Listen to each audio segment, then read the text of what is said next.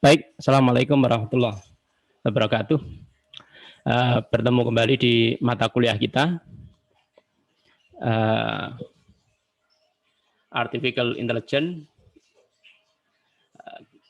Saat ini kita membahas tentang sistem pakar. Saya gunakan PowerPoint-nya dari Bu Entin.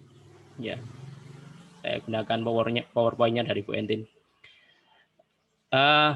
Gini, kemarin dari awal kita sudah belajar untuk menyimpan data di dalam komputer dengan menggunakan prolog yang sudah Anda presentasikan di minggu kemarin. Ternyata data itu tidak hanya bisa direpresentasikan yang dimengerti oleh komputer. Kalau komputer mengerti representasi kita, maka komputer ternyata juga bisa menelusuri informasi yang kita simpan di dalam komputer tersebut. Sehingga komputer seakan-akan bisa berpikir. Dia menelusuri, asal kita bisa merepresentasikan data tersebut di dalam format yang dimengerti oleh komputer. Kemarin kita gunakan sebagai prolog yang contohnya siapa itu? Bahrun dan teman-temannya itu. Kemudian Markus, kemudian Anas dan seterusnya. Sudah Anda presentasikan, saya kira Anda juga sudah buat programnya, sudah mengerti semua. Itu prinsipnya, inti dari pelajaran itu adalah kita bisa merepresentasikan pengetahuan yang bisa ditelaah, yang bisa ditelusuri oleh komputer. Kemudian data tersebut di dalam komputer tersebut ternyata juga bisa ditelusuri. Salah satu representasi agar bisa ditelusuri itu kita gunakan data tersebut direpresentasikan menggunakan tree. Nah, menggunakan tree. Orang computer science kalau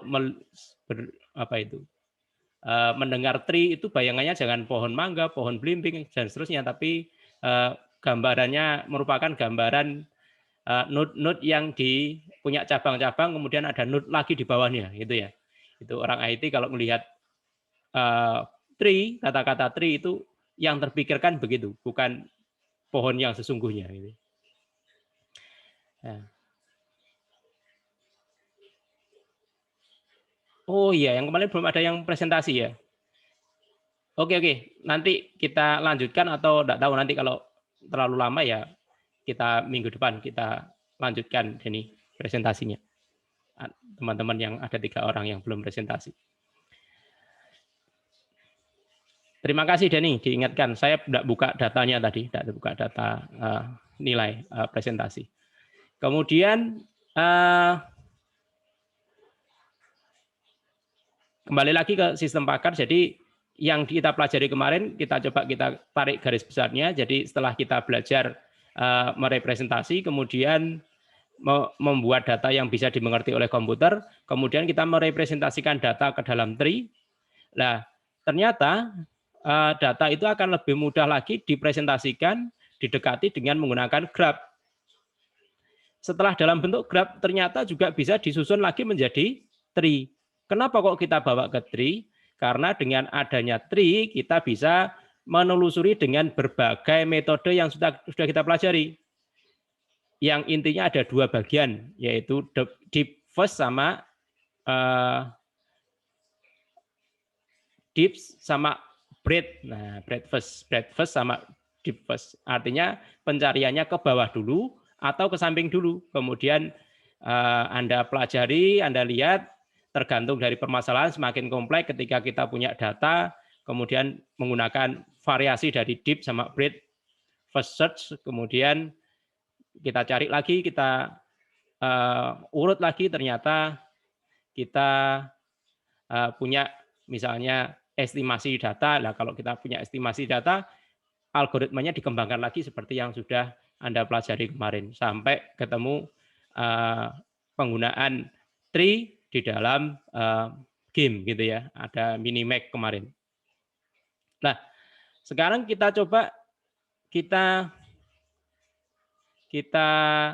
pelajari lebih lanjut lagi yaitu dengan sistem pakar gitu ya. Sistem pakar itu apa sebenarnya? Sistem pakar itu adalah kita mencoba untuk mengambil pengetahuan dari pakar, kemudian kita coba representasikan agar komputer mengerti pengetahuan dari pakar tersebut. Dengan cara semacam itu, maka nanti komputer bisa menggantikan pakar. Harapannya adalah komputer bisa menggantikan pakar. Kalau komputernya bisa menggantikan pakar, maka nanti datanya, pakarnya bisa istirahat, komputernya bisa bekerja dengan 24 jam dan lebih cepat. Harapannya begitu. Tapi sampai saat ini menggantikan pakar pengetahuan itu juga suatu yang sangat sulit. Merepresentasikan pengetahuan pakar secara komplit itu juga suatu effort tersendiri yang kalau itu tidak lengkap maka komputer juga tidak bisa mengcopy pengetahuan pakar secara keseluruhan. Ini inti dari sistem pakar. Definisinya dari sistem pakar atau bahasa Inggrisnya expert system adalah sistem yang berusaha mengadopsi pengetahuan manusia ke komputer agar komputer dapat menyelesaikan masalah seperti orang ahli. Ya. Seperti yang saya katakan tadi, jadi kita pengen mengadopsi, mengambil pengetahuannya pakar, kemudian kita buat programnya. Setelah kita buat programnya di dalam komputer, program kalau pengetahuan sudah dalam bentuk program bisa kita copy dengan cepat, bisa kita sebarkan dengan cepat. Kemudian kalau sudah bisa disebarkan dengan cepat, maka bisa dijalankan dengan 24 jam karena komputer itu punya tidak lelah begitu ya, tidak tergantung dari manusia. Ya, sistem pakar yang baik dirancang agar dapat menyelesaikan suatu permasalahan tertentu dengan meniru cara kerjanya ahli atau pakar. Apa itu ahli atau pakar? Ahli atau pakar di sini yang dimaksud adalah human expert atau seseorang individu yang memiliki kemampuan pemahaman superior dari suatu masalah. Jadi dia sangat paham terhadap masalah tertentu, itu kita ambil pengetahuannya. Ini yang didefinisikan oleh pakar. Ini sistem pakar dulu, zaman dulu yang sangat terkenal namanya MySyn itu. Dibuat oleh Edward Shotliff di Stanford University di tahun 70-an. Ini sistem pakar medical yang bisa mendiagnosis penyakit infeksi dan merekomendasi pengobatannya. MySyn membantu dokter mengidentifikasi masalah pasien yang menderita penyakit. Dokter di depan komputer memasukkan data-data pasien, umur, riwayat kesehatan, hasil laboratorium, dan ahli informasi terkait. Dengan informasi ini ditambahkan pengetahuan yang sudah ada di dalam komputer, MySyn mendiagnosa, kemudian merekomendasikan obat dan dosis yang harus diminum oleh si pasien. Ini sudah kakak kelas Anda sudah sangat sering membuat semacam itu, tapi kendalanya juga begitu, datanya yang diperoleh itu kurang lengkap gitu ya. Dan kadang-kadang cara merepresentasikan pengetahuannya juga masih belum tepat.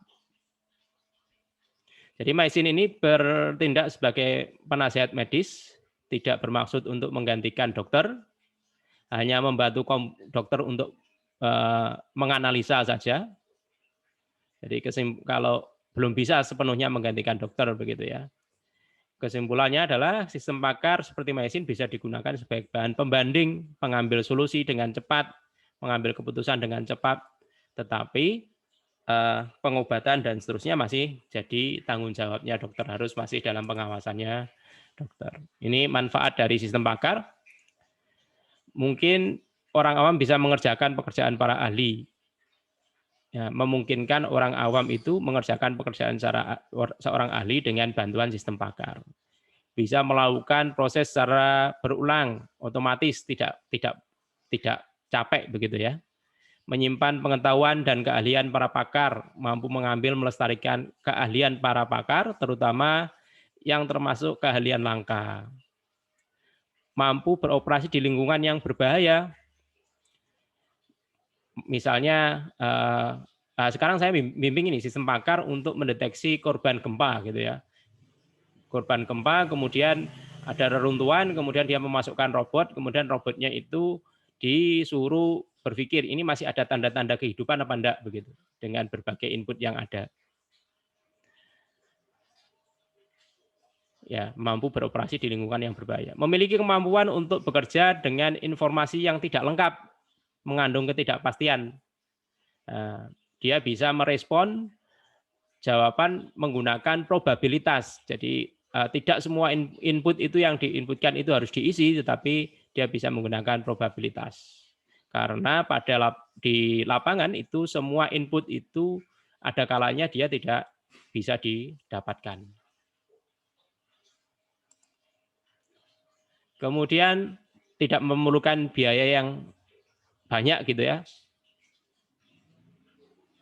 Kemudian dapat digandakan, ya tadi bisa dicopy dengan cepat, dapat memecahkan masalah lebih cepat karena kemampuannya menganalisa lebih cepat, menghemat waktu di dalam pengambilan keputusan.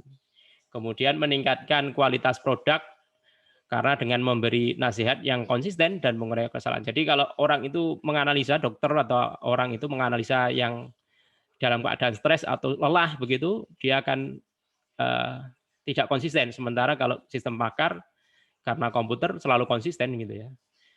Meningkatkan kapabilitas sistem terkomputerasi dengan yang lain. Mampu menyediakan pelatihan penggunaan pemula yang bekerja dengan sistem pakar akan menjadi lebih pengalaman. Fasilitas penjelasan dapat berfungsi sebagai guru. Di bimbingan saya sama Bu Endin sudah banyak menggunakan sistem pakar ini. Ada yang sistem pakar untuk mendeteksi kerusakan mobil dengan ciri-ciri yang ada, mendeteksi di bengkel juga pernah ada, deteksi kesehatan juga ada sakit gitu ya. Kerusakan komputer dulu pernah juga. Kelemahannya sistem pakar apa? Biaya yang diperlukan memelihara dan ini pembuatannya mahal, tapi penyebarannya murah tadi. Sulit dikembangkan. Kemampuan pakar itu tidak 100% bisa direpresentasikan ke dalam komputer. Pendekatan oleh setiap pakar untuk satu situasi atau problem itu bisa berbeda-beda. Sementara kalau yang menggunakan komputer masih tetap itu saja. Jadi inputnya kadang-kadang kalau manusia inputnya bisa tidak terbatas ya, dan bisa langsung dipertimbangkan. Kalau sistem pakar harus diupdate dulu. Kemudian transfer pengetahuan dapat bersifat subjektif dan bias. Kurang rasa percaya pengguna untuk menggunakan pakar. Jadi konsultasi dengan handphone atau dengan komputer itu dirasa kurang sreg ya. Tidak seperti kalau kita konsultasi dengan dokternya langsung. Nah, kalau kita membuat sistem pakar, maka kita harus paham komponen-komponen dari sistem pakar. Nah, sistem pakar itu terdiri dari apa saja? Ya, yang nomor pertama yaitu keahlian, kemudian pakar, pengambil keahlian, pengalian pengetahuan dari pakar ke dalam data yang dapat direpresentasikan yang dimengerti oleh komputer. Kemudian ada pengambil keputusan atau mission inference-nya. Lalu ada rule itu representasi dari pakarnya. Dan kemampuan menjelaskan. Dan kemampuan menjelaskan ini maksudnya adalah hasil kemampuan komputer untuk menampilkan hasil atau saran yang diperoleh dari penelusuran pakar tadi. Ahli saya kira atau pakar saya kira sudah saya singgung di depan. Jadi orang yang menguasai hal-hal tertentu secara detail yang keahliannya akan diperlukan begitu yang ingin kita masukkan ke dalam komputer.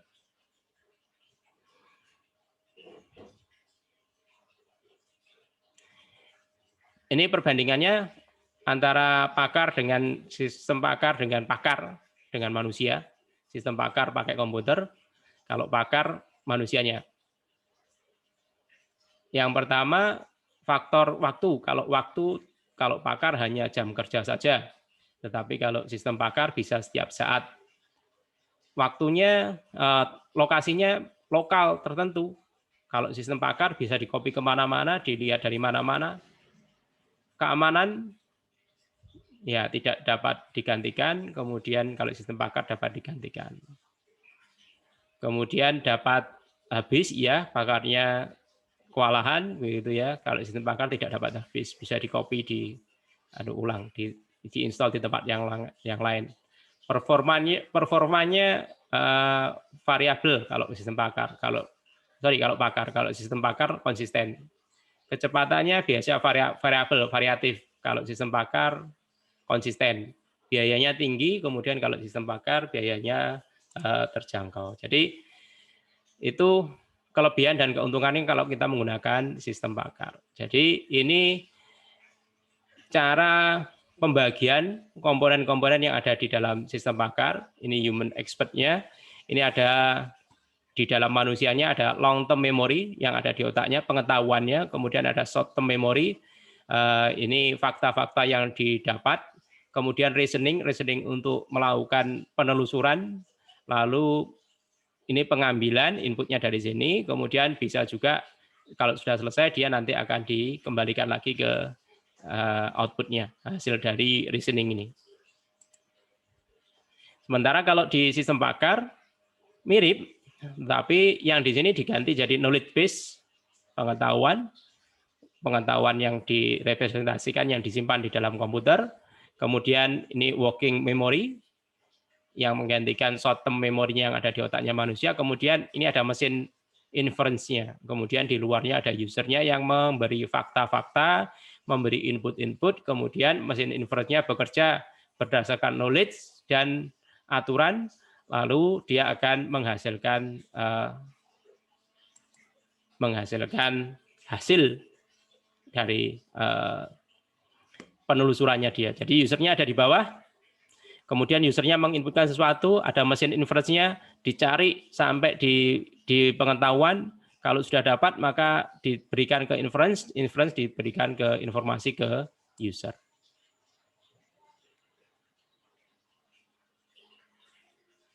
Knowledge base atau basis pengetahuan ini merupakan fakta berupa informasi tentang objek dan kaidah yang merupakan informasi tentang cara bagaimana membangkitkan fakta baru dari fakta yang sudah diketahui. Anda sudah melakukan itu. Apakah Markus meninggal? Nah, itu kan fakta-fakta yang ditelusuri gitu ya. Pengetahuan yang disimpan di dalam basis komputer yang disimpan dalam suatu struktur khusus yang disesuaikan dengan metode inferensi yang dipakai. Yang kedua mesinnya adalah mesin inferensi tadi digunakan untuk menelusuri, untuk menghasilkan informasi baru dari informasi yang sudah didapat. Ya, disebut dengan mesin inference. Dibuat ketika representasi pengetahuan pada knowledge base telah lengkap atau paling tidak telaah pada level yang cukup akurat. Ini bagian mesin inference. Kemudian yang ketiga interface-nya. Interface-nya bisa pengisian tabel, bisa pertanyaan-pertanyaan, kemudian pengisian rule kalau pertama kali, lalu ada interface-nya untuk tanya jawab. Kemudian ada dua metode di dalam mesin inference, yaitu forward sama backward chaining. Jadi penelusurannya dari awal atau penelusurannya dari akhir. Kalau forward atau data driven dan backward itu berarti goal driven. Jadi datanya dimasukkan dulu, kalau forward ditelusuri dari datanya, tetapi kalau backward dari goal-nya, tujuannya apa.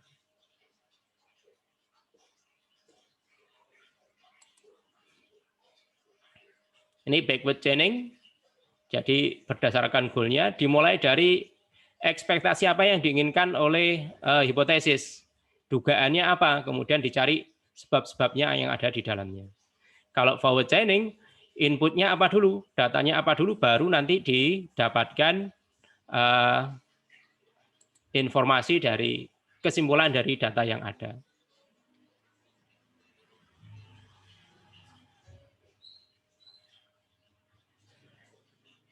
Kemudian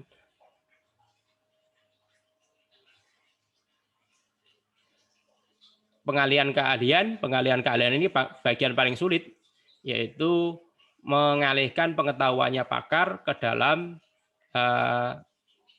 representasi data yang ada di dalam komputer. Prosesnya ada 4 langkah, yaitu memperoleh pengetahuan dari sumbernya. Jadi kalau Anda proyek akhir pakai ini, berarti harus mewawancarai sumber-sumbernya, mencari buku, dan seterusnya. Kemudian merepresentasikan ke dalam komputer, menyusun ke dalam bentuk pengetahuan, biasanya dalam bentuk tree. Kemudian kesimpulan dari pengetahuan dan pengalihan pengetahuan ke dalam pengguna. Ini perbedaannya sistem pakar konvensional dengan sistem pakar. Ini sistem konvensional dengan sistem pakar. Kalau sistem konvensional itu adalah informasi dan prosesnya biasanya jadi satu. Sementara kalau di sistem pakar terpisah, ada mekanisme pencarian. Kemudian di konvensional program tidak pernah salah, kecuali programmernya yang salah. Program bisa saja melakukan kesalahan. Yang kedua, yang keempat itu bisa tidak menjelaskan mengapa suatu input itu dibutuhkan atau bagaimana output itu diperoleh, gitu ya. Kalau di sini penjelasan terpenting dari sistem pakar. Kemudian perubahan program cukup sulit. Kalau yang di sistem pakar datanya dirubah, sistem pakarnya bisa bekerja dengan aturan yang baru. Sistem hanya akan bekerja jika sistem tersebut sudah lengkap. Sementara kalau di sistem pakar hanya sebagian saja bisa lengkap, bisa berjalan gitu ya, tanpa harus menunggu data yang lengkap. Eksekusi dilakukan langkah demi langkah secara algoritmik. Kalau sistem pengetahuan tidak begitu, menggunakan pengetahuan. Tujuan utamanya adalah efisiensi. Kalau di sistem pakar tujuan utamanya adalah efektivitas.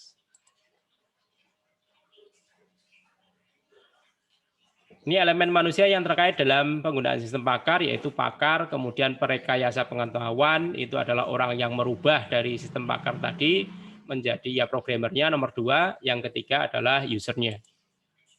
Pemakainya orang awam tentunya. Ya, orang yang pengen menggunakan sistem pakar tadi bisa pelajar, bisa orang biasa. Kemudian kalau ini area permasalahan aplikasi sistem pakar, mulai dari interpretasi, prediksi, dan diagnosa. Ada interpretasi, kemudian prediksi, lalu ada diagnosa. Kemudian ada desainer, perancangan, sama bagian monitoring.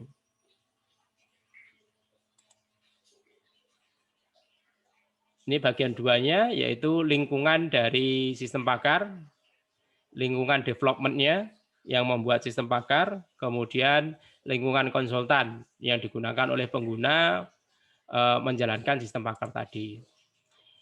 Jadi ini lingkungan pemakainya, konsultannya, ini lingkungan pengembangnya. Pemakainya kan berhadapan dengan interface. Kemudian ini ada aksi yang dilakukan apa, kemudian dicari oleh interface tadi di machine inference cari pengetahuannya. Lah ini lingkungan di pengembang. Nah, kalau data yang ada di sini dirubah, maka data di sini juga ikut berubah. Artinya sistem pakar tidak tergantung dari programnya, tetapi tergantung data yang dimasukkan. Jadi sistem pakar itu sebenarnya bisa sangat umum, begitu ya. Kalau Anda buat sistem pakar, datanya dirubah, maka jadi sistem pakar yang lain. Anda buat sistem pakar untuk mengenali kerusakan komputer, Anda rubah datanya diganti lagi dengan mengenali kerusakan sepeda motor, begitu ya, sudah jadi. Anda harus merubah program secara keseluruhan. Ini contohnya pengetahuan, representasi pengetahuan dari penyakit gastro usus, penyakit perut gitu ya. Dikasih angka begini 33, 34, 36, 37 dan seterusnya. Nah, ini apa? Ini goalnya, penyakitnya. Ini ciri-cirinya yang ada di bawahnya ini. Ciri-cirinya. Ini contohnya nomor 1. Buang air besar lebih 2 kali. Najis cair, maksudnya apa itu? Mencret gitu ya. Ada darah yang pada kotoran gitu ya. Ini coba kita back sebelumnya. Jadi nomor 1 ini keterangannya, nomor 1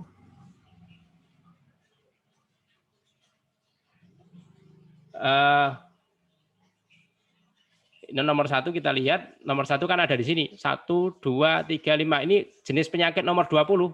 Nomor 20-nya apa? Nomor 20 cirit-birit nggak tahu apa penyakitnya.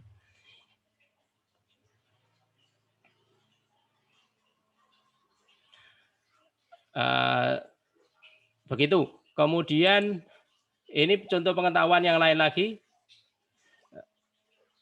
Sistem pakar pada kerusakan komputer. Ini A1, A2, A3 sampai A17. Tidak tampil di layar B1, B2 dan seterusnya. Ini A1 gejala-gejalanya dari, nah ini A1 monitornya rusak, A2 memorinya yang rusak, harddisknya rusak, diambil dari pengetahuan yang ada di atasnya. Rule yang diberikan, jika B1, B2 berarti A1, B1, B2, B1, B2 berarti penyakitnya adalah A1, monitornya rusak gitu ya. Jadi dengan cara merepresentasikan semacam itu, nanti data yang kita berikan itu bisa ditelusuri oleh komputer. Oke, saya kira itu dulu tentang sistem pakar. Kuliahnya kita akhiri di sini. Nanti 6:30 kita coba untuk presentasi yang belum ya, yang 3 orang tadi. Nanti kalau tidak cukup ya kita extend ke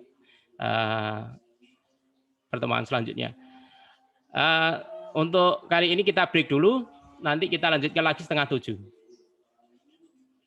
Nanti kalau ada pertanyaan kita bahas di 6:30 nanti ya. Baik, sementara kita break dulu, kita akhiri dulu. Assalamualaikum warahmatullahi wabarakatuh. Nanti kita lanjutkan lagi.